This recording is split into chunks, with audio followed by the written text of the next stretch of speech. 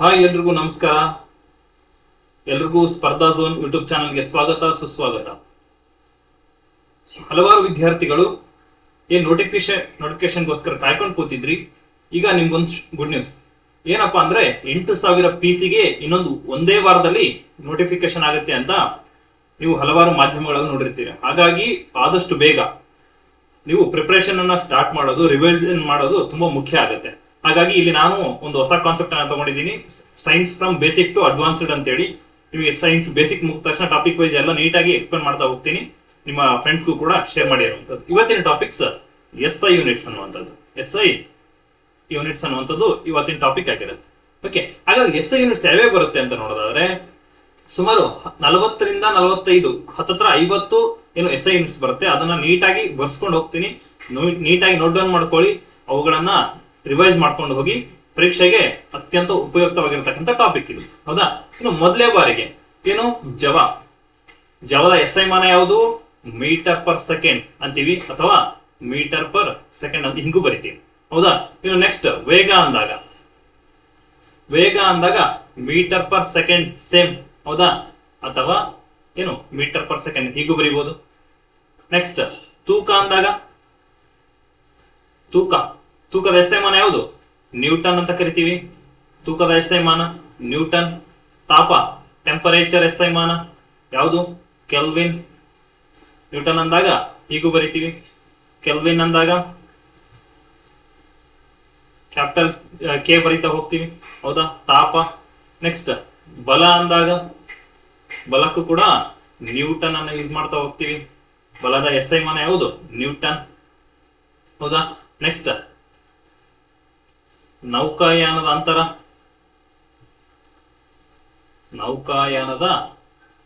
ಅಂತರ ಅಂತ ಹೇಳ್ತಾ ಹೋಗ್ತೀವಿ. ಯಾವುದು SI ಮಾನ? ನಾಟಿಕಲ್ ಮೈಲ್ ಅಂತ ಹೇಳ್ತಾ ಹೋಗ್ತೀವಿ,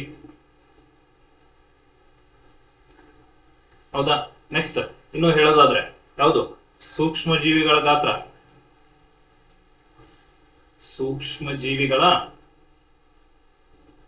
ಗಾತ್ರ ಅಂದಾಗ ಮೈಕ್ರಾನ್ ಅನ್ನು ಯೂಸ್ ಮಾಡ್ತಾ ಹೋಗ್ತೀವಿ. ಯಾವುದು?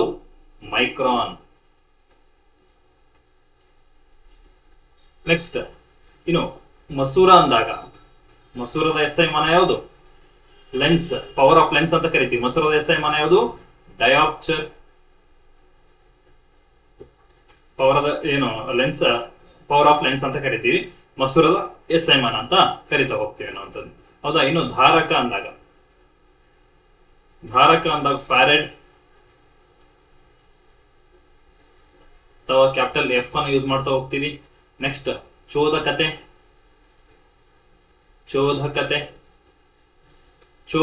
ಅಂದಾಗ ಹೆನ್ರಿ ಅನ್ನು ಯೂಸ್ ಮಾಡ್ತೀವಿ, ಅಥವಾ H ಅನ್ನ ಯೂಸ್ ಮಾಡ್ತಾ ಹೋಗ್ತೀವಿ. ಇನ್ನು ಉಷ್ಣ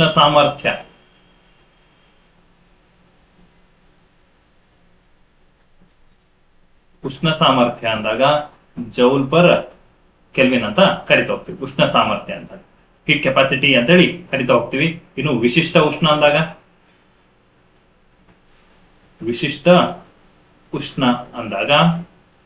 joule per kg per kelvin ಅಂತ ಕರಿತಾ ಹೋಗ್ತೀವಿ. ಯಾವುದು? ವಿಶಿಷ್ಟ ಉಷ್ಣ ಅಂದಾಗ. ಇನ್ನು ಬರೀ ಉಷ್ಣ ಅಂದಾಗ ಜೌಲ್ ಅನ್ನ ಯೂಸ್ ಮಾಡ್ತಾ ಹೋಗ್ತೀವಿ. ಏನು? ಉಷ್ಣ ಸಾಮರ್ಥ್ಯಕ್ಕೆ ಜೌಲ್ ಪರ್ ಕೆಲ್ವಿನ್ ಅಂತೀವಿ, ಹೌದಾ? ಇನ್ನು ವಿಶಿಷ್ಟ ಉಷ್ಣಕ್ಕೆ joule per kg per kelvin ಅಂತೀವಿ. ಉಷ್ಣಕ್ಕೆ ಜೌಲ್ ಅಂತ ಹೇಳ್ತಾ ಹೋಗ್ತೀವಿ. Next SI units. ಓಕೆ, ಇನ್ನು ನೆಕ್ಸ್ಟ್ ಗುಪ್ತೋಷ್ಣ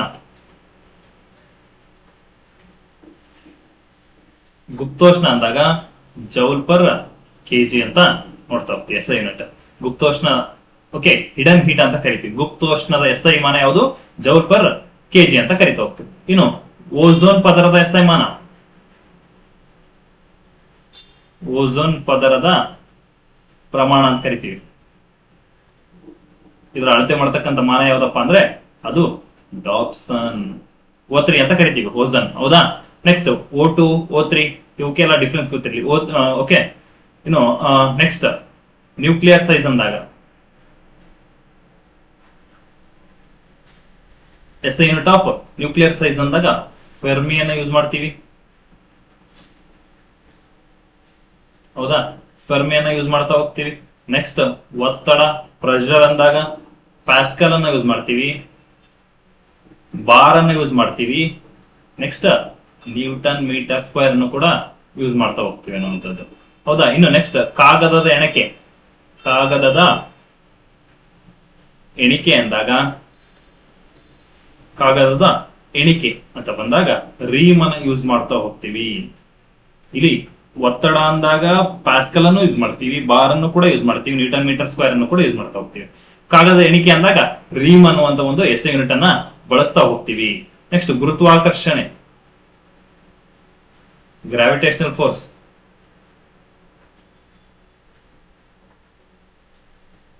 ಓಕೆ, ಏನು ಗ್ರಾವಿಟೇಷನಲ್ ಕಾನ್ಸ್ಟೆಂಟ್ ಅಂತ ಕರಿತೀವಿ. ಗ್ರಾವಿಟೇಷನಲ್ ಕಾನ್ಸ್ಟೆಂಟ್ ಏನು ಗುರುತ್ವಾಕರ್ಷಣೆ ಸ್ಥಿರಾಂಕ ಅಂತ ಕರಿತೀವಿ.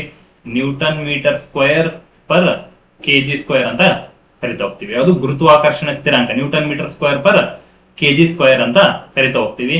ಇನ್ನು ಸಂವೇಗ ಅಂದಾಗ KG per metre per second ಅಂತ ಕರಿತಾ ಹೋಗ್ತೀವಿ. KG per metre per second ಯಾವುದು? ಸಂವೇಗ ಅಂದಾಗ. ಇನ್ನು ವಿಭವಾಂತರ, ರೆಸಿಸ್ಟೆನ್ಸ್, ಓಕೆ, ವಿಭವಾಂತರ ಅಂದಾಗ ಏನು? ವೋಲ್ಟ್ ಅಂತ ಯೂಸ್ ಮಾಡ್ತಾ ಹೋಗ್ತೀವಿ. ವೋಲ್ಟ್ ವಿಭವಾಂತರ ಅಂದಾಗ ವೋಲ್ಟ್ ಅನ್ನ ಯೂಸ್ ಮಾಡ್ತಾ ಹೋಗ್ತೀವಿ. ಸಂವೇಗ ಮತ್ತು ವಿಭವಾಂತರ ಅಂದಾಗ ಸಂವೇಗಕ್ಕೆ kg per metre per second ಅಂತ ಕೇಳ್ತೀವಿ. ವಿಭವಾಂತರ ಅಂದಾಗ ವೋಲ್ಟ್ SI ಮಾನ ಆಗುತ್ತೆ. ಹೌದಾ? ನೆಕ್ಸ್ಟ್ ವಿಕಿರಣಶೀಲತೆ ಅಂತೀವಿ, ರೇಡಿಯೋ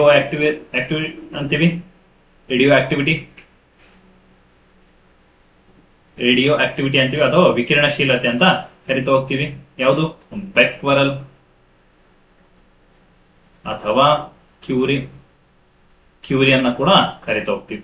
ಅಥವಾ ಇದನ್ನ ಇಂಗ್ಲಿಷ್ ಅಲ್ಲಿ BQ ಅಂದ್ರೆ ಏನು? ಬೆಕ್ವರಲ್ ಅಂತ ಕರಿತಾ ಹೋಗ್ತೀವಿ. ಯಾವುದು? ವಿಕಿರಣಶೀಲತೆ ಅಂದಾಗ. ನೆಕ್ಸ್ಟ್ ಕೋನೀಯ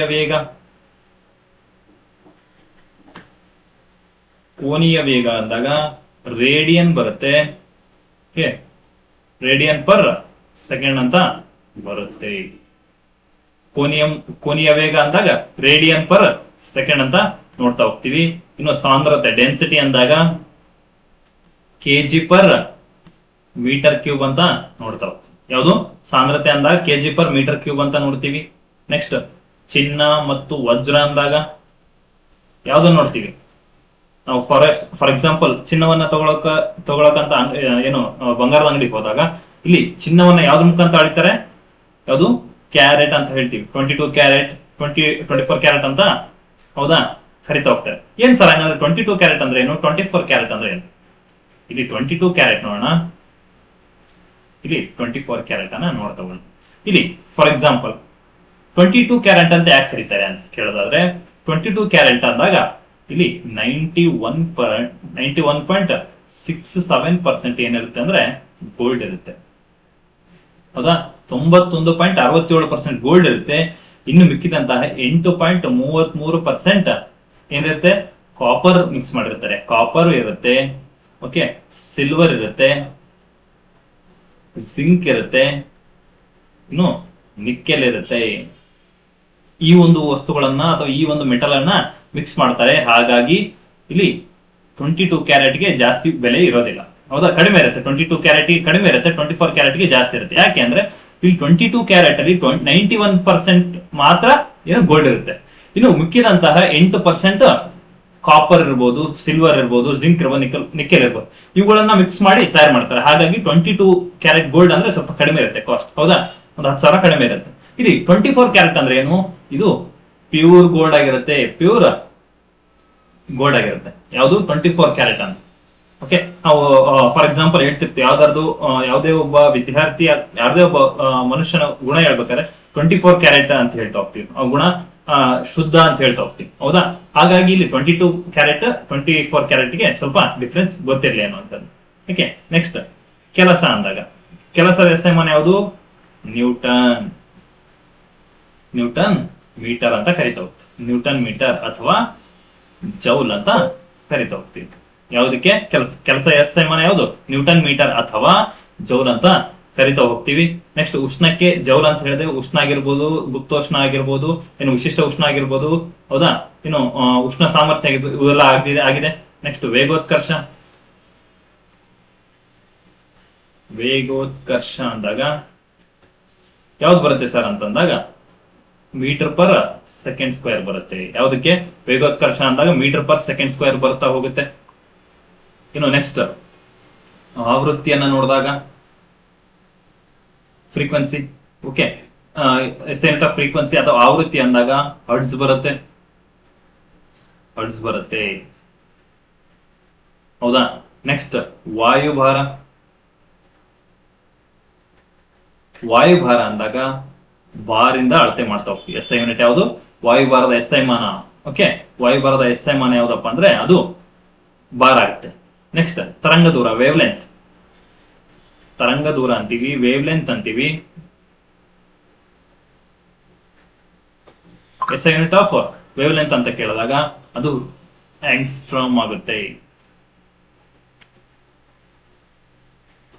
ಆಂಗ್ಸ್ಟ್ರಾಮ್ ಆಗಿರ್ಬೋದು ಅಥವಾ ಮೀಟರ್ ಅಂತ ಕರಿತಾ ಹೋಗ್ತೀವಿ. ಯಾವುದಕ್ಕೆ? ತರಂಗ ದೂರಕ್ಕೆ. ತರಂಗ ದೂರ ಎಸ್ ಐ ಮಾನ ಯಾವುದು? ಆಂಗ್ಸ್ಟ್ರಾಮ್ ಆಗಿರ್ಬೋದು ಅಥವಾ ಮೀಟರ್ ಅಂತ ಕರಿತಾ ಹೋಗ್ತೀವಿ. ಇನ್ನು ನೆಕ್ಸ್ಟ್ ಎನರ್ಜಿ ಅಂದಾಗ ಎನರ್ಜಿ ಎಸ್ ಐ ಮಾನ ಯಾವುದು ಸರ್ ಅಂತ ಕೇಳಿದಾಗ ಜೌಲ್ ಬರುತ್ತೆ ಅಥವಾ ಎಲೆಕ್ಟ್ರಾನ್ ವೋಲ್ಟ್ ಅಂತ ಕರಿತಾ ಹೋಗ್ತೀವಿ. ಎಲೆಕ್ಟ್ರಾನ್ ವೋಲ್ಟ್ ಅಥವಾ ಇ ಅಂತ ಕರಿತಾ ಹೋಗ್ತೀವಿ. ಜೌಲಿಗೇನು ಕ್ಯಾಪಿಟಲ್ ಜೆ ಯೂಸ್ ಮಾಡ್ತೀವಿ, ಎಲೆಕ್ಟ್ರಾನ್ ವೋಲ್ಟಿಗೆ ಚಿಕ್ಕ ಇ ಮತ್ತೆ ಕ್ಯಾಪಿಟಲ್ ಏನು ವಿ ಅನ್ನ ಯೂಸ್ ಮಾಡ್ತಾ ಹೋಗ್ತೀವಿ. ಎನರ್ಜಿ ಮತ್ತೆ ಪವರ್ಗೆ ಡಿಫ್ರೆನ್ಸ್ ಗೊತ್ತಿರಲಿ. ಓಕೆ, ಇಲ್ಲಿ ಎನರ್ಜಿ ಮತ್ತೆ ಪವರ್ ಎರಡಕ್ಕೂ ಕನ್ನಡದಲ್ಲಿ ಏನು ಶಕ್ತಿ ಅಂತ ಕರೀತಾರೆ. ಹಾಗೆ ನಿಮಗೆ ಕನ್ಫ್ಯೂಸ್ ಆಗಬಾರ್ದು ಅಂತ ಹೇಳಿ ಇಲ್ಲಿ ಎರಡಕ್ಕೂ ಸ್ವಲ್ಪ ಡಿಫ್ರೆನ್ಸ್ ಇರಲಿ ಅಂತ ಹೇಳಿ ನಾನು ಇಂಗ್ಲಿಷ್ ಅಲ್ಲಿ ಬರ್ದಿದ್ದೀನಿ. ಹೌದಾ. ಇಲ್ಲಿ ಕನ್ನಡದಲ್ಲೂ ಶಕ್ತಿ ಪವರ್ ಅಂತಾರೆ ಶಕ್ತಿಗೆ, ಎನರ್ಜಿಗೂ ಕೂಡ ಶಕ್ತಿ ಅಂತ ಕರಿತಾ ಹೋಗ್ತಾರೆ. ಹಾಗಾಗಿ ಇಲ್ಲಿ ಎನರ್ಜಿ ಎಸ್ ಐ ಮಾನ ಯಾವುದು? ಜೌಲ್ ಆಗಿರುತ್ತೆ ಅಥವಾ ಎಲೆಕ್ಟ್ರಾನ್ ವೋಲ್ಟ್ ಆಗಿರುತ್ತೆ. ಇನ್ನು S I unit of power ಅಂದಾಗ ವ್ಯಾಟ್ ಆಗಿರುತ್ತೆ, ಕ್ಯಾಪಿಟಲ್ ಡಬ್ಲ್ಯೂ ಅಂತ ಕರಿತಾ ಹೋಗ್ತೀವಿ. ಡಿಫ್ರೆನ್ಸ್ ಗೊತ್ತಿರಲಿ, ಎನರ್ಜಿ ಮತ್ತೆ ಪವರ್ ಎಸ್ ಐ ಮಾನ ಸ್ವಲ್ಪ ಡಿಫ್ರೆನ್ಸ್ ಗೊತ್ತಿರಲಿ ಅನ್ನುವಂಥದ್ದು. Okay, next illumination. ಇಲ್ಯುಮಿನೇಷನ್ ಅಂದ್ರೆ ಏನು? ಪ್ರಕಾಶಮಾನತೆ ಅಂತ ಕರಿತಾ ಹೋಗ್ತೀವಿ. ಏನು ಎಸ್ ಐ ಮಾನ ಯಾವುದು? ಲಕ್ಸ್. ಯಾವ್ದ್ರದ್ದು? ಪ್ರಕಾಶಮಾನತೆ. ಎಸ್ ಐ ಮಾನ ಯಾವ್ದಪ್ಪ ಅಂದ್ರೆ ಅದು ಲಕ್ಸ್ ಆಗಿರುತ್ತೆ. ಹೌದಾ. Next luminous. ಅಂದಾಗ ಲುಮಿನಸ್ ಫ್ಲಕ್ಸ್ ಅಂತೀವಿ. ಅದನ್ನ ಲೂಮೆನ್ ಅಂತ ಕರಿತಾ ಹೋಗ್ತೀವಿ. ಯಾವ್ದನ್ನ? ಎಸ್ ಐ ಯೂನಿಟ್ ಅನ್ನು. ಇದನ್ನ ಪ್ರಕಾಶ ತೀವ್ರತೆ ಅಂತ ಕರಿತಾ ಹೋಗ್ತೀವಿ. ಪ್ರಕಾಶ ತೀವ್ರತೆ. ಹೌದಾ. ನೆಕ್ಸ್ಟ್ ಇನ್ನು ಮ್ಯಾಗ್ನೆಟಿಕ್ ಫ್ಲಕ್ಸ್ ಅಂದಾಗ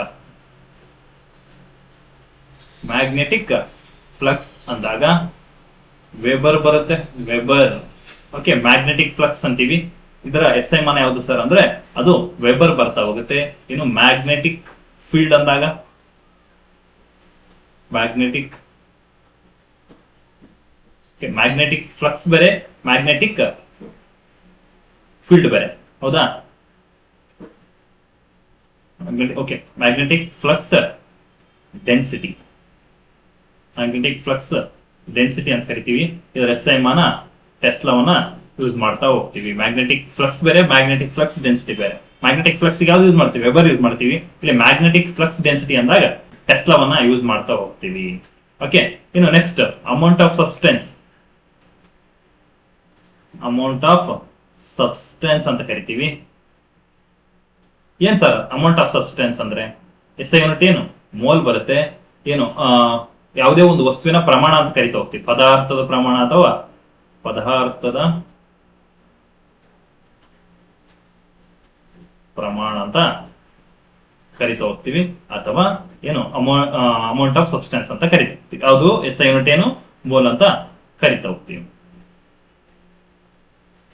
ಅರ್ಥ ಆಯ್ತಾ? ನೆಕ್ಸ್ಟ್ ಅಮೌಂಟ್ ಆಫ್ ಸಬ್ಸ್ಟೆನ್ಸ್ ಆಯ್ತು. Next luminous intensity.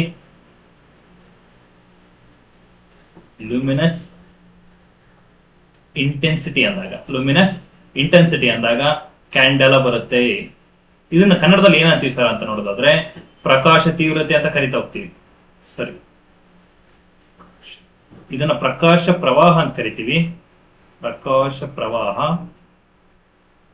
ಇದನ್ನ ಪ್ರಕಾಶ ತೀವ್ರತೆ,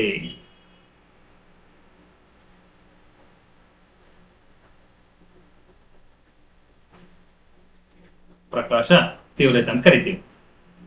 ಲುಮಿನಸ್ ಇಂಟೆನ್ಸಿಟಿ ಅಂದ್ರೆ ಏನು? ಪ್ರಕಾಶ ತೀವ್ರತೆ ಅಂತ ಯೂಸ್ ಮಾಡ್ತಾ ಹೋಗ್ತೀವಿ. ಅದರ ಎಸ್ಐ ಮಾನ ಯಾವುದು? ಕ್ಯಾಂಡೆಲಾ. ನೆಕ್ಸ್ಟ್ ಮ್ಯಾಗ್ನೆಟಿಕ್ ಫೀಲ್ಡ್ ಅಂದಾಗ, ಮ್ಯಾಗ್ನೆಟಿಕ್ ಫೀಲ್ಡ್ ಅಂದಾಗ ಮ್ಯಾಗ್ನೆಟಿಕ್ ಫೀಲ್ಡ್ ಒಂದು ಎಸ್ಐ ಮಾನ ಯಾವುದು? ಟೆಸ್ಲಾವನ್ನ ಯೂಸ್ ಮಾಡ್ತಾ ಹೋಗ್ತೀವಿ. ಹೌದಾ? ಎಸ್ಐ ಮಾನ ಯಾವುದು? ಮ್ಯಾಗ್ನೆಟಿಕ್ ಫೀಲ್ಡ್ ಅಂದಾಗ ಟೆಸ್ಲಾವನ್ನ ಯೂಸ್ ಮಾಡ್ತಾ ಹೋಗ್ತೀವಿ. ನೆಕ್ಸ್ಟ್ ಸಾಮರ್ಥ್ಯ.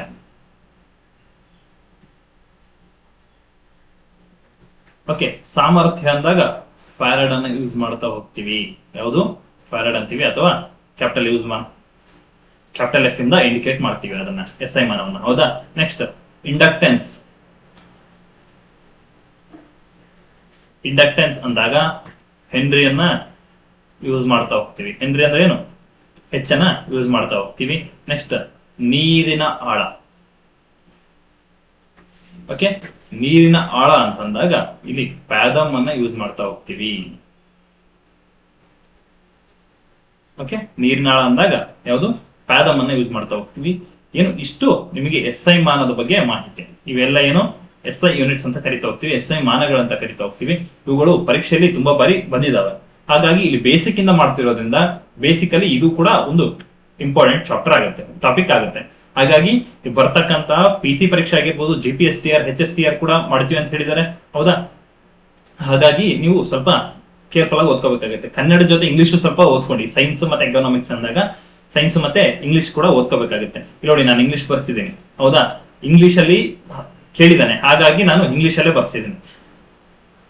ಇನ್ನು ನಿಮ್ಗೆ ಯಾವ ಟಾಪಿಕ್ ಟಫ್ ಅನ್ಸಿದೆ ಅದನ್ನ ಕಾಮೆಂಟ್ ಬಾಕ್ಸ್ ಅಲ್ಲಿ ತಿಳಿಸಿ. ಹಾಗೆ ಇನ್ನು ನಿಮ್ಗೆ ಯಾವ್ದಾದ್ರು ಎಸ್ ಐ ಮಾನಗಳು ಗೊತ್ತಿದೆ ಕಮೆಂಟ್ ಬಾಕ್ಸ್ ಅಲ್ಲಿ ಹಾಕಿ, ನಾನು ಅದನ್ನ ನೆಕ್ಸ್ಟ್ ಕ್ಲಾಸ್ ಅಲ್ಲಿ ಮಾಡಕ್ ಟ್ರೈ ಮಾಡ್ತೀನಿ, ಅಥವಾ ಬೇರೆ ಸ್ಟೂಡೆಂಟ್ಸ್ ಕೂಡ ನೋಡ್ಕೊಳ್ಳೋಕೆ ಹೆಲ್ಪ್ ಆಗುತ್ತೆ ಅನ್ನುವಂಥದ್ದು. ಹೌದಾ? ನಿಮ್ಗೆ ಇನ್ನೇ ಯಾವ್ದಾದ್ರು ಟಾಪಿಕ್ ಏನಾದ್ರು ನಿಮಗೆ ಟಫ್ ಅನಿಸ್ತಿದ್ರೆ ಅದನ್ನ ಕಾಮೆಂಟ್ ಬಾಕ್ಸ್ ಅಲ್ಲಿ ಹಾಕಿ, ನಾನು ನೆಕ್ಸ್ಟ್ ಕ್ಲಾಸ್ ಅಲ್ಲಿ ಯಾವ್ದೇ ಟಾಪಿಕ್ ಆಗಿರ್ಬೋದು, ನೆಕ್ಸ್ಟ್ ಕ್ಲಾಸ್ ಅಲ್ಲಿ ನಾನು ಅದನ್ನ ಡಿಸ್ಕಸ್ ಮಾಡೋದಕ್ಕೆ ಟ್ರೈ ಮಾಡ್ತೀನಿ.